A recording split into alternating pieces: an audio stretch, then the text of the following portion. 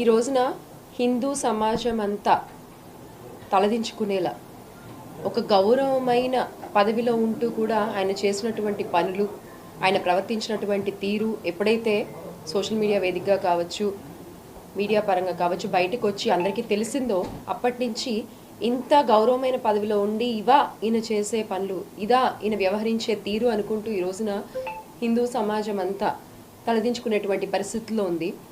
అటువంటి వ్యక్తి అంత పవిత్రమైన పదవికి అర్హుడు కాదు అని చెప్పి బిఆర్ నాయుడు గారిని ఆ పదవి నుండి, చైర్మన్ పదవి నుండి దించాలి, చైర్మన్ పదవికి రాజీనామా చేయాలి ఆయన తప్పు తెలుసుకుని అని శాంతియుతంగా వైఎస్ఆర్ కాంగ్రెస్ పార్టీ మహిళా కార్యకర్తలు అలాగే మిగతా కార్యకర్తలు అందరూ కూడా శాంతియుతంగా నిరసన తెలియజేస్తూ ఉంటే వాళ్ళ పైకి దాష్టికంగా చేసినటువంటి దాడి మనందరం కూడా చూసాం. ఇప్పుడున్న అక్క వాళ్ళందరూ కూడా ఇక్కడే ఉన్నారు. వీళ్ళందరినీ కూడా మీద పడి రక్కేసి రక్తం వచ్చేలాగా మొహాల మీద అలాగే కొట్టి దాడులు చేసి, ఇక్కడ ఇంతకీ విషయం ఏమిటంటే బాధితుల్ని తీసుకెళ్ళి అరెస్ట్ చేశారు. పోలీసుల కళ్ళ ముందే ఇదంతా జరిగింది, పోలీసులు చూస్తూనే ఉన్నారు జరిగిన దాడినంతా కూడా. కానీ వాళ్ళని కాపాడి బాధితుల్ని తీసుకెళ్ళి అరెస్ట్ చేసి మహిళలని కూడా చూడకుండా సాయంత్రం 6 గంటల తర్వాత కూడా వాళ్ళని స్టేషన్లో ఉంచి మీరు ఏం చెప్పాలనుకుంటున్నారు? ఇదా మీరు వ్యవహరించే తీరు? మీకు తెలీదా ఈవినింగ్ 6 తర్వాత లాకప్లో సెల్లో ఉమెన్ని ఉంచకూడదు అన్న విషయం మీకు తెలీదా?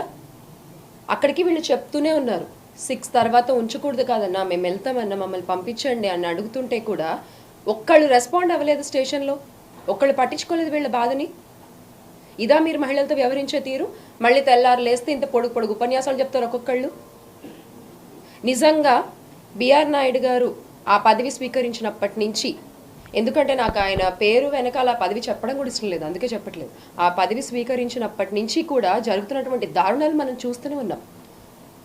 ఎన్నో గోవులు చనిపోయాయి గోశాల్లో. దానికి ఆయనే బాధ్యులు. కొండపైన ఇష్టం వచ్చినట్టుగా మద్యం దొరుకుతోంది, కొండపైన ఇష్టం వచ్చినట్టుగా మాంసాహారం దొరుకుతోంది, దానికి ఆయనే బాధ్యులు. భక్తులు తొక్కేసిన అట్లా చనిపోతున్నారు, దానికి ఆయనే బాధ్యులు. సరైన కనీసం క్యూ లైన్లో ఉండే వాళ్ళకి మంచినీటి సదుపాయం కూడా లేదు. మనం చూస్తూనే ఉన్న వీడియోలు సోషల్ మీడియాలో వస్తూ ఉన్నాయి కదా, మేము ఇంతసేపటి నుంచి గంటల తరబడి ఉన్నాం, కనీసం పట్టించుకునే వాళ్ళు లేరు, ఇదివరకు ఇలా ఉండేది కాదు అని భక్తులే మొరపెట్టుకున్నటువంటి పరిస్థితి ఈ రోజున కొండపైన చూస్తే. మొన్నటికి మొన్న లడ్డు వ్యవహారం అంటూ ఎంత దుమారం లేపారు, అసలు ఎన్ని అబద్ధాలు ప్రచారం చేశారు. మళ్ళీ నిన్న మీ వీడియోలు బయటకు వస్తే తప్పేంటి అని మాట్లాడుతున్నారు. ఎంత ఆశ్చర్యం అంటే తప్పేంటి అని మాట్లాడతారా మీరు? అంటే ఇదే ప్రశ్న రేపు పొద్దున మీడియా మిత్రులు కానీ ఎవరైనా వెళ్ళి అడిగితే కూడా ఆయన ఇదే చెప్తారేమో, అవును లడ్డూపై అబద్ధాలు చెప్పాం తప్పేంటి, అవును మహిళలపై మేము రక్తాలు వచ్చేలాగా కొట్టాం తప్పేంటి, అవును కొండపై మాంసాహారం దొరుకుతోంది తప్పేంటి, మందు దొరుకుతోంది తప్పేంటి, భక్తులు చనిపోతారు తొక్కిసలాట్లో తప్పేంటి అని బిఆర్ నాయుడు గారు అడుగుతారేమో అన్ని. ఇలా కాదు కదండి మీరు సమాధానం చెప్పాల్సింది. మీరు దీనికి నైతికత వ్యవహరించాలి, బాధ్యత తీసుకోవాలి.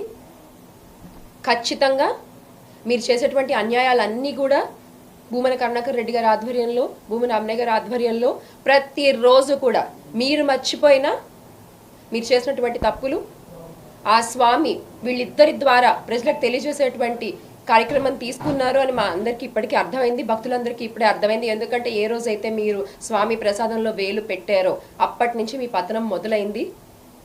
అది ఏ స్థాయికి మీరు పడిపోతారు అనేది 2029లో చూసుకుందాం. అప్పటి వరకు కూడా ఆ స్వామి ఆశీస్సులు, హిందూ మత పెద్దల ఆశీస్సులు, ప్రజల ఆశీస్సులు అన్నీ కూడా భూమన కరుణాకర్ రెడ్డి గారిపై, భూమన అమ్నే గారిపై ఉంటాయి. ఇలాగే ఇంకా గట్టిగా పోరాటాలు చేస్తూనే ఉంటాం. తిరుపతి వేదికగా మీ తప్పుల్ని ప్రశ్నిస్తూనే ఉంటాము.